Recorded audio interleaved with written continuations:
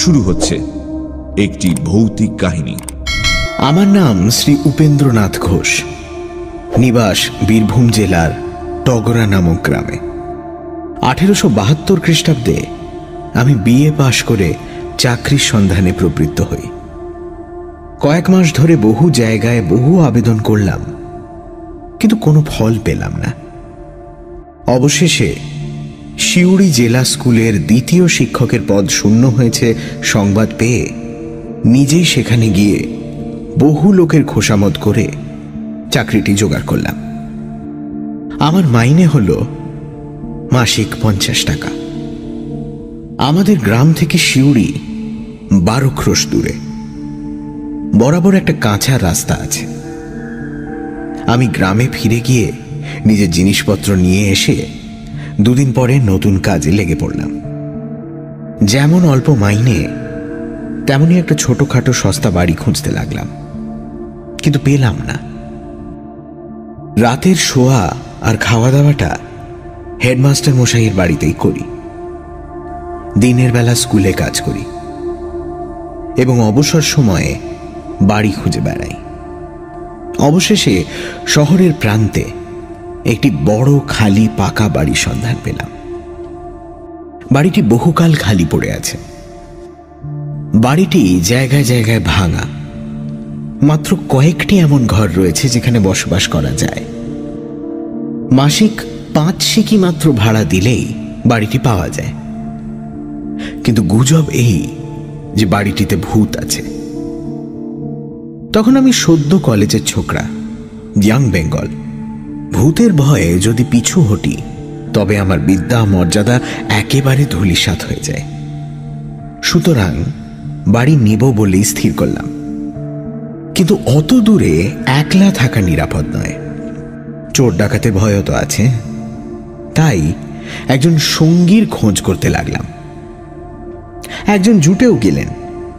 তিনি আমাদের স্কুলের 4র্থ শিক্ষক, নাম রাসবিহারী মুখোপাধ্যায়। যদিও উনি বিএ পাশ করেননি, তাও কলেজে পড়েছেন এবং নিজেকে ইয়াং বেঙ্গল শ্রেণীভুক্তই মনে করেন। তার আগের বাড়িতে কিছু অসুবিধে হচ্ছিল, তাই তিনি আমার সঙ্গে এই বাসায় থাকতে রাজি হয়ে গেলেন। একজন রান্নার লোক স্থির করা গেল, কিন্তু তারা রাত্রিবেলা সে বাড়িতে থাকতে রাজি হল না। বলল কাজকর্ম সেরে আমাদের খাওয়া দাওয়া হয়ে গেলে রাত্রি 9টার মধ্যেই যে যার নিজের বাড়িতে ফিরে যাবে। কি করি, তাই মেনে নিতে হলো। পরবর্তী রবিবার সকালে জিনিসপত্র নিয়ে সেই বাড়িতে গিয়ে হাজির হলাম। বাড়িটি খুব পুরনো। চারিদিকের পাঁচিল জায়গায় জায়গায় ভাঙা। গরু মোষ আটকানোর জন্য বাঁশের বেড়া বাঁধা আছে। বাড়িটির চারদিকে বাগান। অনেকগুলো নারকোল, আম, কাঁঠাল, জাম প্রভৃতি ফলের গাছ আছে। বাড়িটি দোতলা। নিচের তলা সামনের দিকটা বেশ বড় এবং 2খানি ঘর আছে। শুধু সেই ঘর দুটি আমরা দখল করলাম, কারণ আমাদের প্রয়োজন অল্প। বাড়ির পেছনে একটা পুকুর। তার জল পানযোগ্য নয়, স্নানযোগ্যও নয়, তবে বাসন মাজা প্রভৃতি বাড়ির কাজে তা লাগানো যেতে পারে। বাড়ির অল্প দূরে একটা খুব সুন্দর দিঘি ছিল। আমরা সেখানে গিয়েই চান করতাম এবং রান্না খাওয়ার জন্য সেই জল আনাতাম। একটি ঘর খাওয়া দাওয়া করবার জন্য ঠিক করা হলো। অন্যটিতে 2টি চৌকি পেতে আমরা দুজনে শুতাম। সমস্ত রাত ঘরে প্রদীপ জ্বালা থাকত। এইভাবে কিছুদিন যায়। ইতিমধ্যে দশেরা 2 দিন ছুটি হলো। সেই সঙ্গে একটা রবিবারও পাওয়া গেল। আমি বাড়ি গেলাম। বাড়িতে 2 দিন মাত্র থেকে তৃতীয় দিন পায়ে হেঁটে সিউড়ির জন্য বেরিয়ে পড়লাম। আমাদের গ্রামের 1 ক্রোশ পরে হাতছালা বলে একটি গ্রাম আছে। আগে এখানে স্থানীয় জমিদারের অনেকগুলো হাতি বাঁধা থাকত। হাতিশালা থেকেই হাতছালা নামটি উৎপন্ন হয়েছে। সেই গ্রামের প্রান্তে রাস্তার ধারে একটি মন্দির আছে। সেই মন্দিরে রমা প্রসন্ন মজুমদার নামক এক ব্রাহ্মণ সর্বদা বাস করেন এবং জপ তপ নিয়ে থাকেন। তিনি একজন সিদ্ধ পুরুষ বলে বিখ্যাত।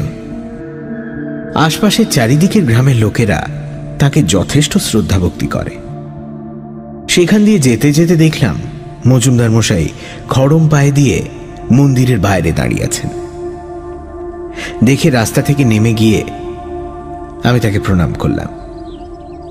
আশীর্বাদ করে তিনি আমায় বললেন, ভালো থাকো, ভালো থাকো। কোথায় যাচ্ছ বাবা? আমি উত্তরে বললাম, শিউড়ি স্কুলে আমার মাস্টারি চাকরি হয়েছে। দশেরার ছুটিতে বাড়ি এসেছিলাম, কাল স্কুল খুলবে তাই ফিরে যাচ্ছি।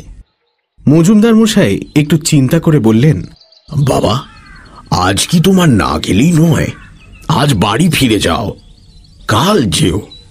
আমি বললাম, কাল স্কুল খুলবে, আমার তো নতুন চাকরি, কামাই হওয়াটা খুবই খারাপ কথা, সুতরাং আমাকে ওরকম আদেশ করবেন না। মজুমদার মশাই বললেন, তুমি কোথায় বাসা নিয়েছ? শহরের দক্ষিণ দিকে একটা পুরনো খালি বাড়ি ছিল, সেইটা ভাড়া নিয়ে আমি আর আমার স্কুলের আর একজন মাস্টার রাসবিহারী মুখোপাধ্যায় একসঙ্গেই থাকছি বলে মজুমদার মশাইকে প্রণাম করে আমি পথ চলতে লাগলাম। বেলা আন্দাজ 2টোর সময় শিউড়ি পৌঁছলাম। স্নানাহার সারতে 5টা বেজে গেল। খাওয়া সেরে বারান্দায় বসে তামাক খাচ্ছি, এমন সময় দেখি আমাদেরই গ্রামের একজন চাষি বিরাট লম্বা লাঠি ঘাড়ে করে এসে উপস্থিত হয়েছে। তাকে দেখে অবাক হয়ে আমি জিজ্ঞেস করলাম, কিরে, তুই হঠাৎ কোত্থেকে এলি? সে বলল, আগে মা ঠাকুরানী চিঠি দিয়েছেন এবং এই কবচটি আপনার হাতে পড়বার জন্য পাঠিয়ে দিয়েছেন। চিঠি পড়ে দেখলাম তাতে মাতা ঠাকুরানী লিখেছেন, তুমি বাড়ি হইতে যাত্রা করিবার পর রমা প্রসন্ন মজুমদার মহাশয় আসিয়াছিলেন এবং একটি কবচ দিয়া বলিলেন, মা, তোমার ছেলে আজ প্রাতে শিউড়ি রওনা হইয়াছে, পথে তাহার সঙ্গে দেখা হইল, তাহার জন্য আমি এই রাম কবচটি আনিয়াছি। তুমি যেমন করিয়া পারো আজই এই কবচটি তোমার ছেলেকে পাঠাইয়া দাও এবং বিশেষ করিয়া লেখো যেন আজই সে এই কবচটি ধারণ করে। আর লিখিয়া দাও, যদি কোনো রকম ভয় পায় তবে যেন তারক ব্রহ্ম নাম জপ করে। এই কবচের গুণে এবং নামের বলে সে সকল বিপদ হইতে মুক্ত হইবে। সুতরাং আমি দিনুকে দিয়া এই চিঠি ও কবচ পাঠাইলাম। পাওয়া মাত্র রাম নাম স্মরণ করিয়া তুমি কবচটি ভক্তিপূর্বক তোমার ডান হস্তে ধারণ করিবে, যেন কোনো মতে কথার কোনো অন্যথা না হয়। ইহা তোমার মাতৃ আজ্ঞা জানিবে। চিঠি ও কবচ নিয়ে আমি দিনুকে বললাম, তুই আজ এখানেই থাকবি তো? তোর খাবার জোগাড় করি? সে বলল, আগে না, মা ঠাকুরানী কিন্তু জোর দিয়ে বলে দিয়েছেন তুই নিজে দাঁড়িয়ে থেকে কবচটা পরিয়ে দিবি এবং আজ রাত্রিরে এসে আমায় খবর দিবি যে আমার ছেলে কবচ পড়েছে। সুতরাং তাকে থাকবার জন্য আর অনুরোধ করলাম না। তার হাতে 2 আনা পয়সা দিয়ে বললাম, এই নে, বাজার থেকে কিছু মুড়ি মুড়কি কিনে পথে যেতে যেতে খাবি, কেমন? তার সামনে কবচটা আমি হাতে ধারণ করলাম। সে আমায় প্রণাম করে বিদায় নিল। সেদিন রাত্রে খাওয়া দাওয়ার পর যথাসময়ে দুজনে শুয়ে পড়লাম। দুজনেরই চৌকির মাথার দিকে 2টো বড় বড় জানলা খোলা ছিল। আকাশে মেঘ, মাঝে মাঝে গুঁড়ি গুঁড়ি বৃষ্টি পড়ছে, আবার মাঝে মাঝে প্রবল হাওয়া এসে মেঘকে উড়িয়ে দিচ্ছে, আর একাদশীর চাঁদ দেখা যাচ্ছে। আমরা দুজনে কিছুক্ষণ গল্পগুজব করে নিস্তব্ধ হলাম। পথশ্রমে ক্লান্ত ছিলাম, তাড়াতাড়ি ঘুমিয়ে পড়লাম। অনেক রাত্রে হঠাৎ ঘুম ভেঙে দেখি বাতাসে প্রদীপটা নিভে গেছে। ক্ষীণ মেঘের মধ্যে দিয়ে জ্যোৎস্না জানলা দিয়ে ঘরে ঢুকে উল্টো দিকে দেওয়ালের একটা অংশ আলোকিত করেছে। ঘুম জড়ানো চোখ অল্প খুলে দেখলাম যেন একটা কঙ্কাল সার বৃদ্ধ আমার খাটের ওপর হাঁটু গেড়ে থাবা পেতে বসে আছে এবং এক দৃষ্টে আমার প্রতি চেয়ে রয়েছে। তার মুখখানা যেন বহুদিন রোগে শীর্ণ, গালের চামড়া ঝুলে পড়েছে, দন্তহীন মাড়ির ওপর তার ঠোঁট দুটো চুপসে বসে গেছে। মাথায় সাদা ছোট চুলগুলো যেন দাঁড়িয়ে রয়েছে। তার চোখ দুটো থেকে যেন ক্রোধ, ঘৃণা ও বিদ্রুপের জ্বালা বেরিয়ে আসছে। দেখে আমি আপাদ মস্তক শিউরে উঠলাম। ভয়ে চোখ বন্ধ করলাম, কিন্তু সে অবস্থায় বেশিক্ষণ থাকতে পারলাম না। আবার চোখ খুললাম, আবার দেখলাম সেই বীভৎস মূর্তি ঠিক সেই অবস্থায় বসে আছে। আবার চোখ বন্ধ করলাম। তখন হঠাৎ মায়ের চিঠিটার কথা মনে পড়ে গেল। মনে মনে বললাম, আমার ভয় কি? আমার হাতে রক্ষা কবচ রয়েছে। এবং মৃদুস্বরে তারক ব্রহ্ম নাম জপ করতে লাগলাম। কিছুক্ষণ পরে আবার যখন চোখ খুললাম, তখন সে মূর্তি আর নেই। সাহস পেয়ে উঠে বসলাম এবং ঘুম জড়ানো গলায় আমার বন্ধুকে ডাকতে লাগলাম। রাসবিহারী উঠে বললেন, কি মহাশয়? আমি তখন প্রদীপ জেলে সমস্ত ঘটনা তাকে খুলে বললাম। তিনি অত্যন্ত ভয় পেলেন। সমস্ত রাত আমরা গল্প করেই কাটিয়ে দিলাম। পরের দিন সকালে সে বাড়ি ত্যাগ করে আমরা অন্যত্র আশ্রয় গ্রহণ করলাম। খাওয়া দাওয়া শেষ করে 10টার সময় স্কুলে গেলাম। টিফিনের সময় ডাকওয়ালা পিয়ন একখানি চিঠি দিল। দেখলাম সেটি রমা প্রসন্ন মজুমদার লিখেছেন। চিঠির তারিখ ও ছাপ গতকালে। চিঠিটিতে লেখা আছে, শ্রী শ্রী দুর্গা শরণম, পরং শুভাশীর্বাদা সন্তু বিশেষ। বাবা জীবন, গতকাল তোমার সহিত সাক্ষাৎ হওয়ার পর আমি তোমার বাটিতে গিয়াছিলাম এবং তোমার মাতা ঠাকুরানীকে তোমার নিমিত্ত একটি রাম কবচ দিয়ে আসিয়াছি। তাহাকে অনুরোধ করিয়াছি যে অদ্যই তিনি সেটি যে কোনো উপায়ে যেন তোমাকে পাঠাইয়া দেন, যাহাতে অদ্যই নিশাগমের পূর্বে কবচটি তুমি ধারণ করিতে পারো। বোধহয় অদ্য রাত্রে তুমি কোনরূপ ভয় পাইবে, কিন্তু সে রাম কবচটির গুণে তোমার কোনো বিপদ হইবে না। কবচটি তুমি নিয়ত ধারণ করিয়া থাকিবে এবং আর যদি কখনো ভয়ের কারণ ঘটে তবে তারক ব্রহ্মের নাম জপ করিবে। সর্বদা শুদ্ধাচারে থাকিবে। অত্র কুশল। মা ভবানী তোমার মঙ্গল করুন। ইতি নিয়ত আশীর্বাদক শ্রী রমা প্রসন্ন দেব শর্মা। চিঠিটা পড়ে আমার বিস্ময় শেষ রইল না। সেটি রাসবিহারী বাবুকে দেখালাম। তিনিও খুব আশ্চর্য হলেন। পুজোর ছুটির সময় বাড়ি গিয়ে প্রথমেই মজুমদার মশাইকে প্রণাম করতে গেলাম। যে বিপদ থেকে তিনি আমাকে উদ্ধার করেছেন তার জন্য অনেক কৃতজ্ঞতা জানিয়ে আমি জিজ্ঞেস করলাম, আচ্ছা, আমি যে সেই রাত্রে ভয় পাব এ কথা আপনি কি করে জানতে পেরেছিলেন? একটু মৃদু হেসে মজুমদার মশাই বললেন, তুমি যখন সেদিন এসে আমাকে প্রণাম করলে তখনই আমি দেখলাম একটি প্রেতাত্মা তোমার পেছন পেছন ঘুরছে। কোনো কারণে সে তোমার উপর ভয়ানক ক্ষেপে গেছে এবং তোমার প্রাণহানি করবার জন্যই সে তোমার সঙ্গ নিয়েছে। কেবল উপযুক্ত সময় পায়নি বলে সে পর্যন্ত কৃতকার্য হতে সে পারেনি। তুমি চলে গেলে আমি গণনা করে দেখলাম যে সেই রাত্রেই ক্ষণ উপস্থিত হবে, তাই তাড়াতাড়ি একটি রামকবচ লিখে তোমার মাতা ঠাকুরানীকে দিয়ে এলাম। যাই হোক, কবচটা তুমি কখনো পরিত্যাগ করো না। আমি বললাম, মজুমদার মশাই, আমার সঙ্গে যে লোকটা ঘরে শুয়েছিল তিনি কোনো রকম ভয় পেলেন না কেন? আমরা দুজনেই একই সঙ্গে একই বাড়িতে ছিলাম, তবে আমার উপরেই ভূতের এত আক্রোশ কেন? মজুমদার মশাই জিজ্ঞেস করলেন, সে লোকটির নাম কি? তার নাম রাসবিহারী মুখোপাধ্যায়। তিনি ব্রাহ্মণ, এই কারণেই ভূত তার কোনো অনিষ্ট করতে পারেনি। তুমি কায়স্থ, তোমার প্রাণহানি করা তার পক্ষে সহজ হতো। এই কথা শুনে কিছুক্ষণ আমি নীরবে চিন্তা করলাম। তারপর বললাম, সে ভূত কি এখনো আমার অনিষ্ট করার চেষ্টা করছে? করছে, আর একবার সে তোমায় দেখা দেবে, কিন্তু সে ক্ষণ কতদিনে উপস্থিত হবে তা আমি এখন বলতে পারবো না। কিন্তু ওই রাম কবচের বলে তোমার কোনো বিপদ হবে না। তারপর 18 বছর কেটে গেল। সেই ভূতের কথা আমি প্রায় ভুলেই গিয়েছিলাম, কিন্তু রাম কবচটি বরাবর সযত্নে ধারণ করে রেখেছিলাম। আমি ক্রমে দ্বিতীয় শিক্ষক থেকে প্রধান শিক্ষক হলাম। তারপরেও আরো কয়েক বছর সুখ্যাতির সঙ্গে কাজ করে প্রেসিডেন্সি বিভাগের ডেপুটি ইন্সপেক্টর পদে যোগ দিলাম। আমার বেতন 150 টাকা হল। মফস্বলের নানা স্থানে ঘুরে আমাকে বিদ্যালয় পরিদর্শন করতে হতো। একদিন মেদিনীপুর জেলার একটি গ্রামের স্কুল পরিদর্শন করতে গিয়েছি।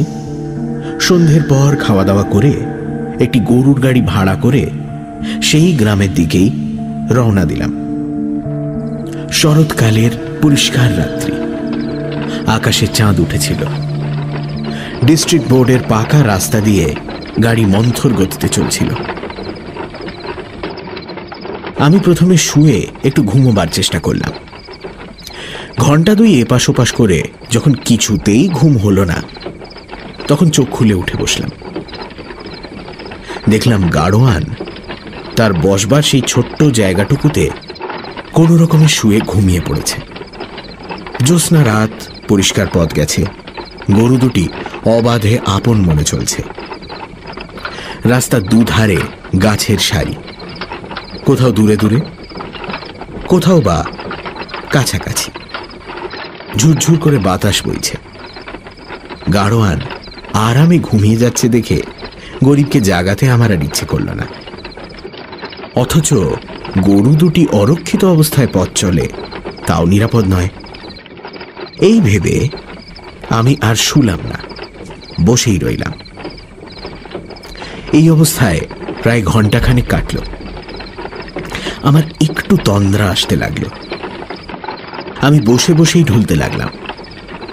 হঠাৎ গরু দুটি থেমে গেল।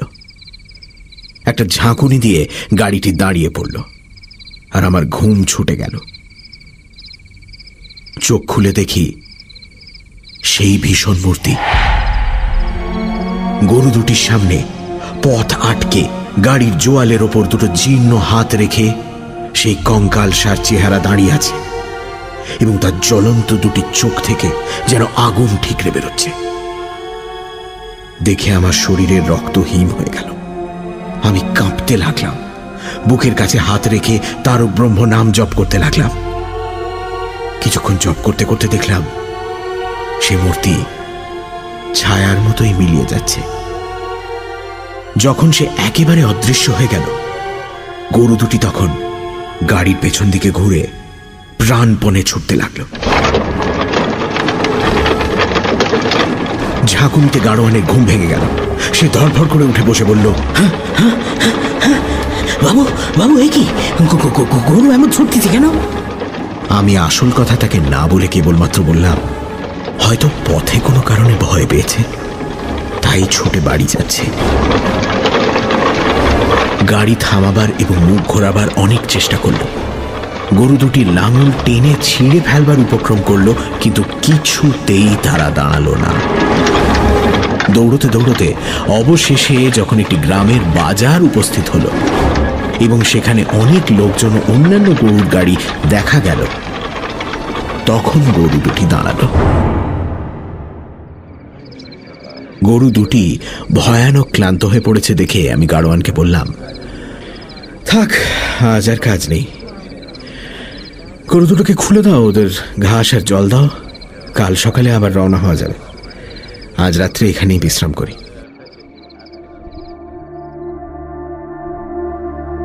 তারপর আরো 7 বছর কেটে গেছে, কিন্তু আর কখনো এরম কোনো ভয়ের কারণ ঘটেনি। সেই রামকবচটি এখনো ধারণ করেই আছি, এবং যতদিন বেঁচে থাকব ধারণ করেই থাকব। আমার মায়ের এবং মজুমদার মশাইয়ের লেখা সেই চিঠি দুটি আজও আমার কাছে আছে। যদি কেউ দেখতে চান আমি দেখাতে পারি।